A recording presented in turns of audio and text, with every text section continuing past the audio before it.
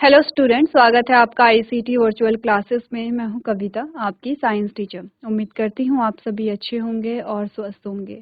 Class हम यहां पे डिस्कस कर रहे हैं अपना क्वेश्चन पेपर, जिसमें हम यहां पे अपने बायो के क्वेश्चंस को सॉल्व कर रहे हैं।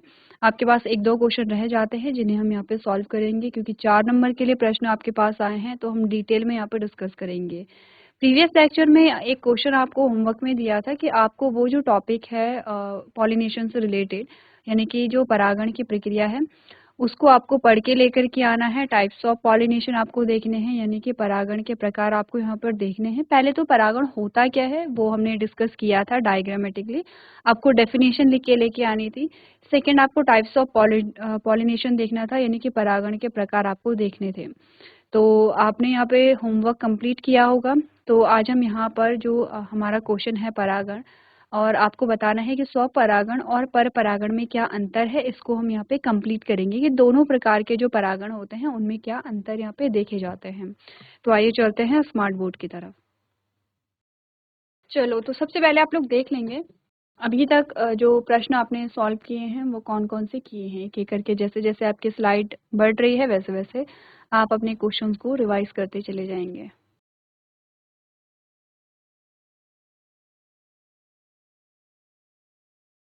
चलिए, हम सॉल्व कर रहे थे क्वेश्चन नंबर 7 हमने सॉल्व किया, जिसमें हमने विलाय या रसांकुर की बात किया। क्वेश्चन नंबर 8 में हमने श्वसन यानी कि रेस्पिरेशन के बारे में बात की है। क्वेश्चन नंबर 9 डिस्कस कर रहे हैं, जिसमें बोला गया है कि स्वपरागण और परपरागण के बीच अंतर बताइए।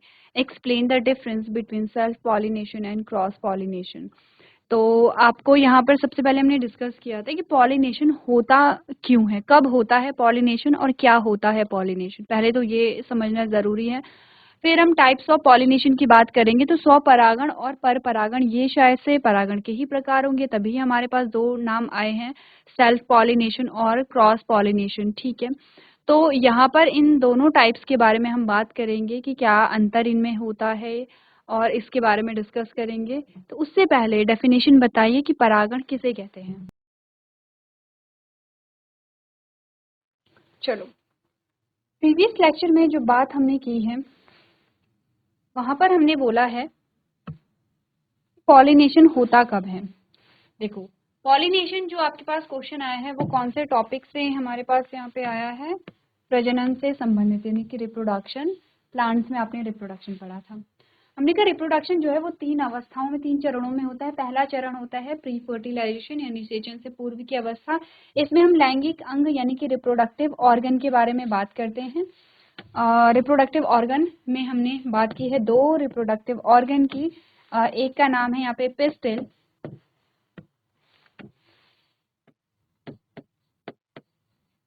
ठीक है, जिसको हम स्त्री केसर कहते हैं, और दूसरे का नाम है यहाँ पे स्टेमेन, जिसको पुंकेसर हम कहते हैं। ठीक है, तो हमने लैंगिक अंगों के बारे में बात की है। दूसरा, हम देखते हैं युग्मक निर्माण जो है, गैमीट फॉर्मेशन कहाँ होता है। तो 2 गैमीट यहाँ पर बनते हैं। एक गैमीट तो ये है जिसका नाम है फीमेल गैमीट,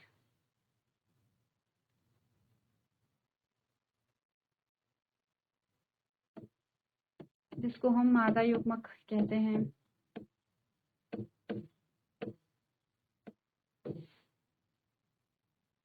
और एक जो गैमीट है, देखो ये है परागकण, ये कहाँ आते हैं, स्टेमेन या पुंकेसर में एक भाग है एंथर या परागकोश, वहां पर आते हैं परागकण, और इन्हीं परागकणों के अंदर होते हैं मेल गैमीट, जिसको हम नर युग्मक कहते हैं। चलो, तो हमने यहाँ पर देख ली है युग्मक जो है उसके निर्माण को देखा। अब बात करेंगे पॉलिनेशन या परागण की। चलो आ जाओ, टॉपिक पे आ जाओ। मैं ये सारी चीजें रिमूव कर रही हूँ, जो भी चीजें हमने यहाँ पे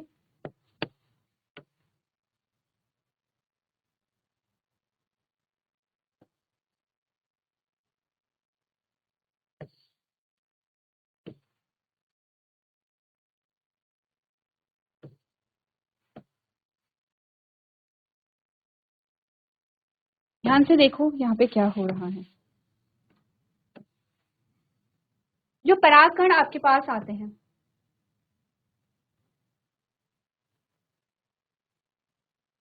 जो परागकण आपके पास आते हैं, परागकण कहाँ पर होते हैं? एंथर या परागकोश में। कहाँ? इस वाले भाग में। परागकण जो हैं वो परागकोश से कहाँ जाते हैं? कहाँ जाते हैं? वर्तिकाग्र में जाते हैं। क्या बोला मैंने? परागकण जो हैं वो परागकोश से वर्तिकाग्र में जाते हैं। और ये जो स्थानांतरण हो रहा है, ये जो स्थानांतरण हो रहा है, इसी को हम क्या कहते हैं? परागण कहते हैं। इसी को हम पॉलिनेशन कहते हैं। अब अगर हम डेफिनेशन लिखें तो डेफिनेशन हमारे पास क्या आती है?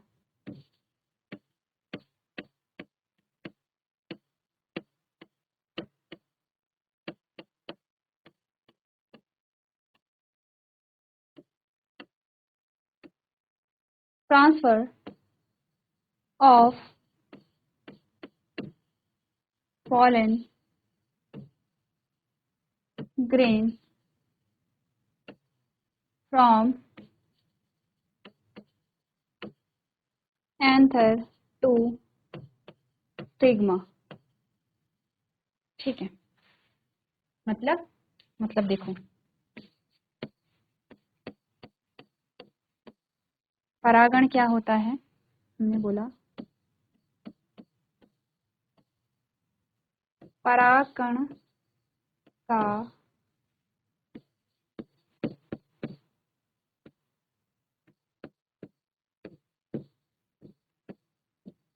परागकोश से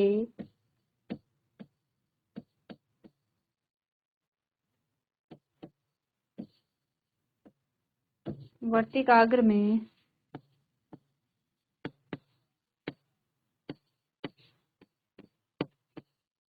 स्थानांतरण जो है उसी को हम क्या कहते हैं?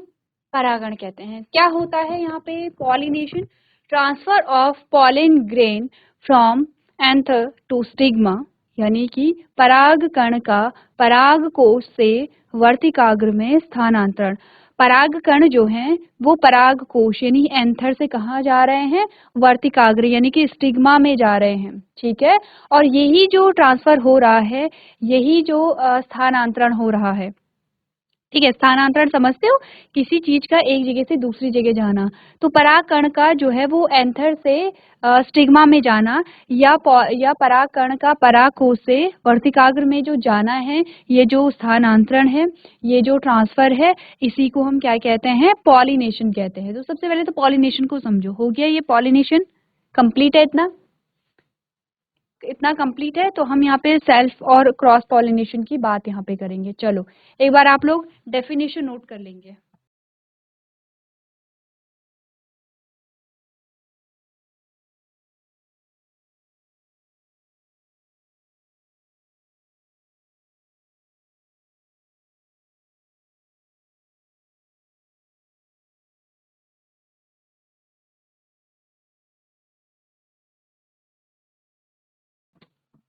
चलो ये तो हुआ पॉलिनेशन। आप देखो सेल्फ पॉलिनेशन और क्रॉस पॉलिनेशन, स्वपरागण और परपरागण में क्या अंतर होता है ये देखो।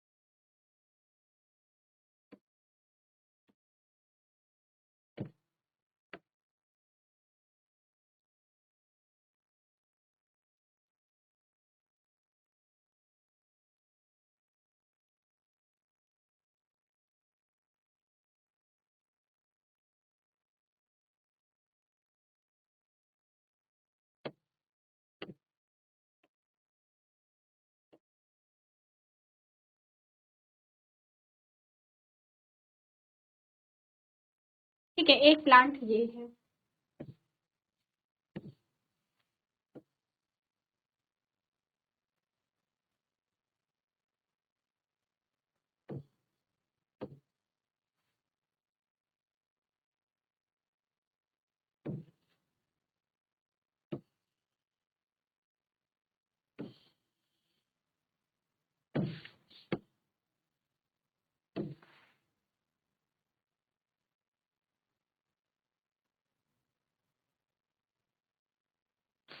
और दूसरा प्लांट ये है, ठीक है। दो प्लांट हैं, दो पौधे हैं, और इन दो पौधों पे यहाँ पे दो फूल लगे हुए हैं।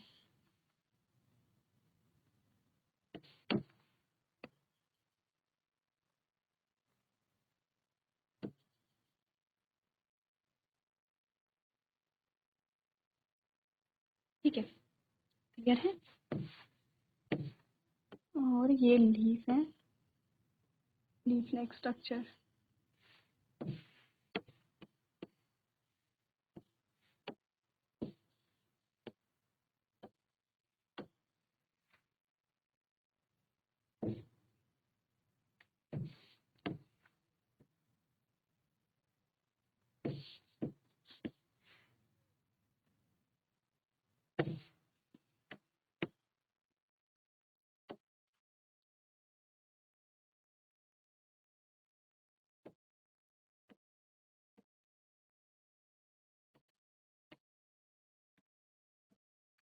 चलो, तो पॉलिनेशन को समझो। आपने कहा एक पॉलिनेशन तो यहाँ पे हुआ है, ठीक है, और एक पॉलिनेशन यहाँ पे हुआ है। दो टाइप के पॉलिनेशन हमारे पास हुए हैं। मैं नाम लिख रही हूँ और वो आप बताएंगे इनमें अंतर क्या है। तो ये जो पॉलिनेशन यहाँ पे हुआ है, इस पॉलिनेशन को हमने बोला स्व परागण या सेल्फ पॉलिनेशन।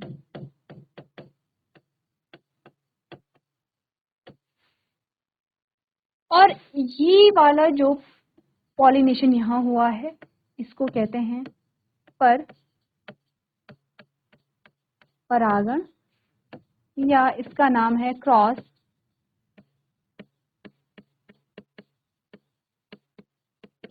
पॉलिनेशन। ठीक है, अब डायग्राम को देख करके बताओ कि स्वपरागण और परपरागण में क्या अंतर होगा। बताओ जरा, डायग्राम देख के बताओ।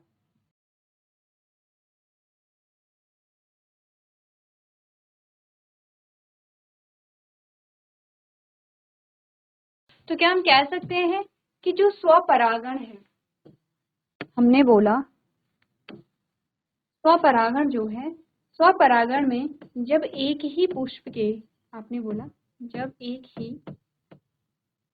फूल या पुष्प, एक ही फूल के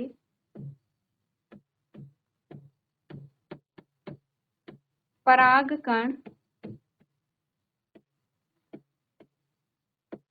उसी के या उसी फूल के वर्तिकाग्र पे जाते हैं, उसी फूल के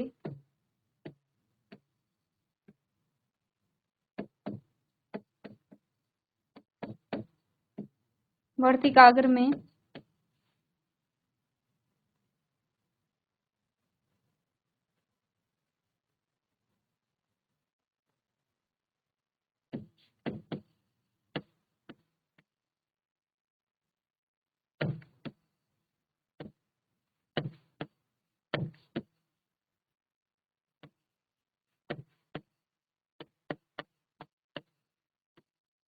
स्थानांतरित होते हैं।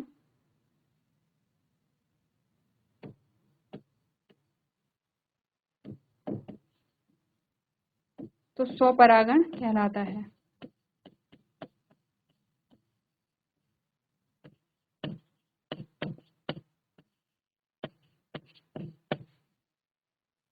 क्या बोला, जब एक ही फूल के, यानी एक स्वपरागण में क्या है, एक ही फूल है, और एक ही फूल के मतलब कि देखो ये फूल है, ठीक है, इसी के जो परागकण है, परागकण इसी के परागकण है और इसी की वर्तिकाग्र पे जा रहे हैं, यानी कि उसी फूल के परागकण, उसी फूल के जो परागकण है वो उसी के परागकोश से उसी की वर्तिकाग्र में जा रहे हैं। तो ये स्वपरागण है। स्वपरागण का मतलब है कि यहाँ पर एक ही फूल होगा, यहाँ पे दो फूलों की आवश्यकता नहीं मिलती है। स्व का मतलब होता है स्वयं या खुद से।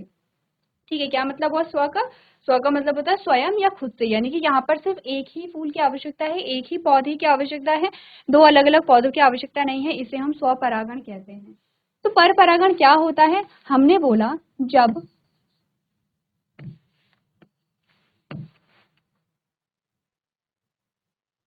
देखो, हमने बोला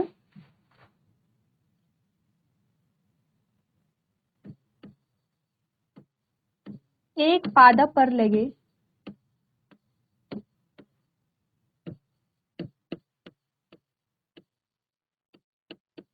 पुष्प के, एक पादप पर लगे पुष्प के परागकण दूसरे पादप के पुष्प के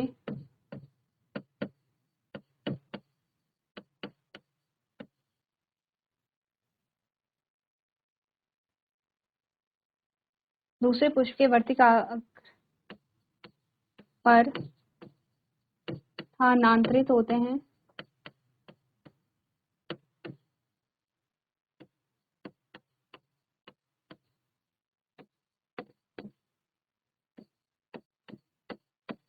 तो इस प्रक्रिया को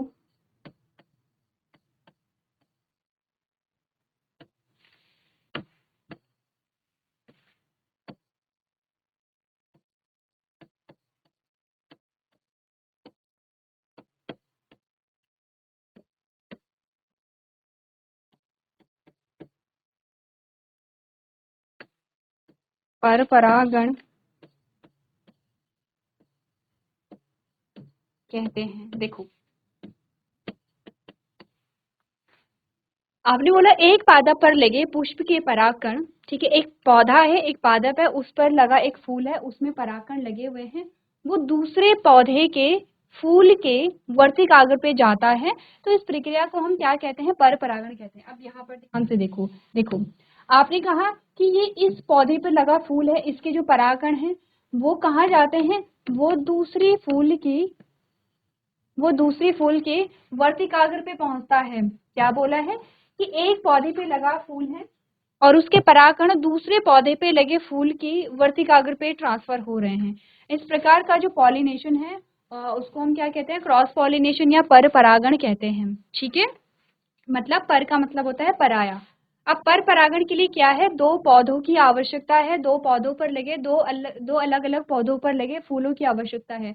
देखो पर परागण में दो फूल चाहिए हमें, पहली बात तो ये है, और वो दो फूल अलग अलग पौधों पे लगे होने चाहिए। मतलब कि अगर हम पर परागण की बात कर रहे हैं तो पर परागण के लिए हमें दो अलग अलग पौधों पे लगे फूलों की आवश्यकता होती है, जबकि स्वपरागण में एक ही फूल में परागण हो जा रहा है तो दूसरे पौधे की आवश्यकता नहीं होती है। सबसे मेजर और सबसे पहला डिफरेंस तो यही है कि स्वपरागण एक ही फूल के परागकण उसी फूल के वर्तिकाग्र में चले जाते हैं और यहाँ पर एक ही फूल की आवश्यकता होती है। जबकि पर परागण में क्या होता है कि एक पौधे के जो फूल हैं उसके परागकण दूसरे पौधे के फूल के वर्तिकाग्र में जाते हैं और यहाँ पर दो पौधों की आवश्यकता होती है या दो अलग अलग पौधों पर लगे पुष्पों की आवश्यकता होती है, यानी कि दो अलग अलग पौधों पर लगे फूलों की आवश्यकता होती है। पहला डिफरेंस तो ये है। स्वपरागण जब होता है, एक ही फूल में जब परागण हो रहा है तो यहाँ पे पॉलिनेटिंग एजेंट या पॉलिनेटर्स की आवश्यकता नहीं पड़ती है। जैसे कि आपने कहा कि देखो ये एक ही फूल है, ठीक है, ये वाला। अच्छा नंबर 1 और नंबर 2 करके कर लेते हैं, फिर इजी होगा हमें। ये नंबर 1 फूल है जिसपे स्वपरागण हो रहा है और नंबर 1 इमेज है, ठीक है, जहाँ पर स्वपरागण है। ये नंबर 2 जो है यहाँ पे परपरागण हो रहा है। नंबर 1 पे देखो, नंबर 1 पर अगर आप देखेंगे तो हमने कहा कि बहुत पास पास है। अब फूल के जो परागकण है और फूल के जो वर्तिकाग्र है वो बहुत पास पास है। पॉलिन ग्रेन और जो स्टिग्मा है वो पास पास है, क्योंकि एंथर और स्टिग्मा बहुत पास पास है, तो एंथर से जो परागकण है वो स्टिग्मा में चले जाते हैं, इजिली चले जाते हैं। तो मैक्सिमम टाइम तो यहाँ पे किसी पॉलिनेटिंग एजेंट की आवश्यकता नहीं होती। पॉलिनेटिंग एजेंट क्या होते हैं? जो पॉलिनेशन को करते हैं, जो पॉलिन ग्रेन को पहुंचाने में मदद करते हैं। जैसे कि पर परागण हो रहा है, अब देखो एक पौधा दूसरी पौधे से कितनी दूर होगा, फिर उन पौधे पे लगे जो फूल होंगे वो कितनी दूर होंगे। तो इसके लिए हमें कोई ना कोई ऐसा एजेंट, कोई ना कोई ऐसा साधन तो चाहिए जो परागकणों को एक पौधे से दूसरे पौधे के फूलों तक ले जाए। जैसे ये जो एजेंट होते हैं, जैसे हवा के द्वारा, हवा से उड़ करके ये एक पौधे से दूसरे पौधे तक पहुंच सकते हैं या एक फूल से दूसरे फूल तक पहुंच सकते हैं। जैसे कि इंसेक्ट होते हैं, जैसे आपने देखा होगा जो मधुमक्खी होती है वो फूलों पे बैठती है तो एक फूल से दूसरे फूल में जाती है तो जो पॉलन ग्रेन है वो उस पे चिपक जाते हैं, जब वो दूसरे फूल में जाती है तो वहाँ पे पॉलन ग्रेन झड़ जाते हैं। ऐसे ट्रांसफर हो सकता है। अगर जलीय पौधे हैं, ऐसे प्लांट जो पानी में उगते हैं तो पानी के थ्रू जो पॉलन ग्रेन है वो एक पौधे से दूसरे पौधे में जा सकते हैं। तो इनकी जरूरत कब होती है? पर परागण में होती है। दूसरा डिफरेंस ये है। मैं डिफरेंस बता रही हूँ, साथ साथ में लिखते रहो। तीसरा डिफरेंस ये कि जो स्वपरागण होता है उसके फूल जो होते हैं वो छोटे होते हैं, बहुत ज़्यादा अट्रैक्टिव या आकर्षक नहीं होते हैं। यहाँ पर आप देखोगे कि नेक्टर नहीं बनता है और यहाँ पर नेक्टर नहीं बनेगा क्योंकि इन्हें क्या है, अट्रैक्ट नहीं करना है किसी इंसेक्ट को। जबकि पर परागण के जो फूल होते हैं वो बड़े होते हैं, अट्रैक्टिव होते हैं, यानी कि कलरफुल होते हैं, नेक्टर यहाँ पे बनता है और जो यहाँ पे खुशबू आती है। पर परागण के जो फूल होते हैं उनमें खुशबू आती है, स्वपरागण के फूलों में ऐसे खुशबू इतनी इंटेंस खुशबू नहीं देखी जाती है। ठीक है, क्लियर है इतना? चलो, जो जो डिफरेंसेस हमने यहाँ पे देखे हैं वो आप एक बार अपनी कॉपी में नोट कर लेंगे।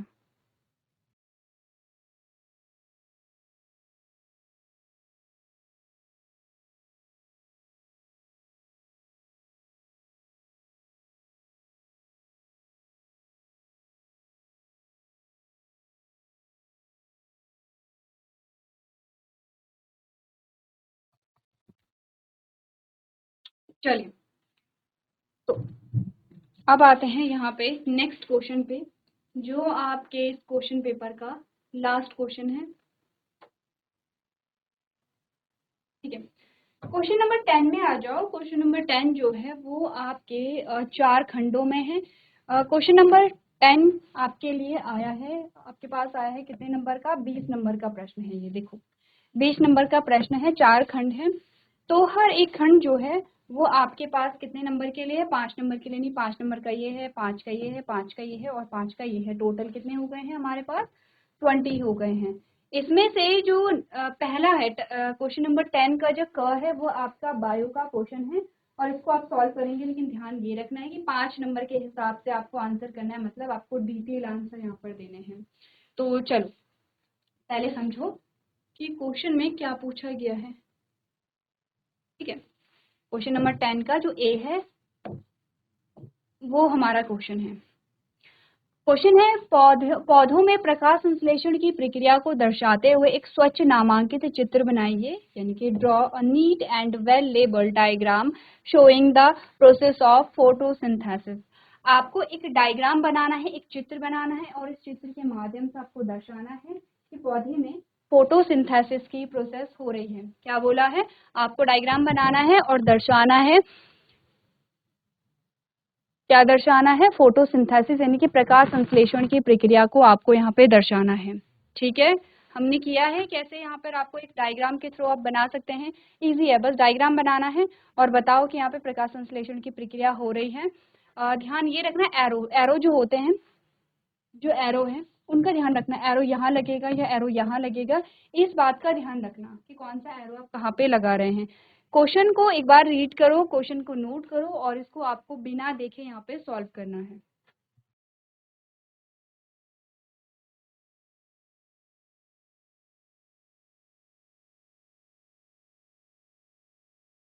तो क्लास, आपके लिए आज का होमवर्क है कि आपको यहाँ पे फोटोसिंथेसिस की प्रोसेस को बताना है डायग्राम के थ्रू। तो ये आपके लिए होमवर्क में है। कंप्लीट जो टॉपिक है फोटोसिंथेसिस के बारे में आप सब चीज़ें पढ़ के लेकर के आएंगे। फोटोसिंथेसिस कहाँ होता है, फोटोसिंथेसिस क्यों होता है, फोटोसिंथेसिस की प्रोसेस में कौन कौन से रॉ मटेरियल चाहिए होते हैं और किस प्रकार से ये प्रक्रिया होती है, किस भाग का क्या काम यहाँ पे होता है। जब फोटोसिंथेसिस हो गई है तो क्या उत्पाद, क्या प्रोडक्ट यहाँ पे बने हैं, ये सारी चीज़ें आप लोग यहाँ पे रिवाइज करके लेके आएंगे। तो चलिए, आज के सेशन में हम इतना ही करेंगे। अभी तक क्लास में बने रहने के लिए आपका धन्यवाद।